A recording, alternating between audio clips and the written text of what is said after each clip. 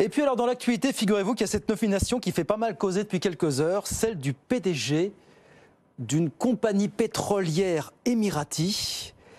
Il a été choisi pour présider la COP28 qui aura lieu à Dubaï justement à la fin de cette année. Charlotte Guerre.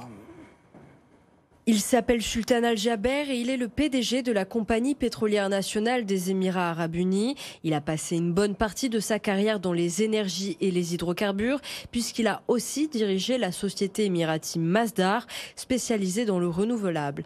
Autre casquette pour Al-Jaber, celle de haut fonctionnaire, actuel ministre de l'Industrie de son pays.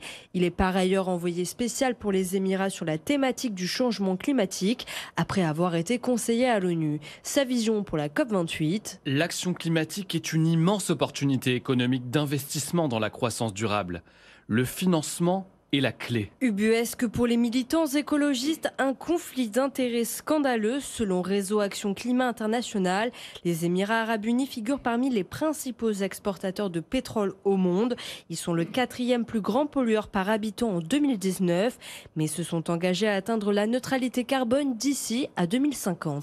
Voilà, nomination qui fait jaser. Elle vous choque cette nomination, Audrey, ou vous dites pourquoi pas finalement l'un dans l'autre? Alors, bien sûr qu'elle me choque, Guillaume, parce que sa nomination à la présidence de la COP28, alors même qu'il représente les intérêts d'une des plus grandes compagnies pétrolières au monde, c'est évidemment un conflit d'intérêts. Je vous rappelle que l'année dernière, il a annoncé qu'il fallait investir 600 milliards de dollars par an dans l'industrie pétrolière et gazière d'ici 2030 pour répondre à la demande. Et pourtant, on estime qu'il est le mieux placé pour défendre les intérêts climatiques. Allez comprendre. Voilà, donc en tout cas, cette COP28 qui aura lieu en décembre prochain du côté de Dubaï.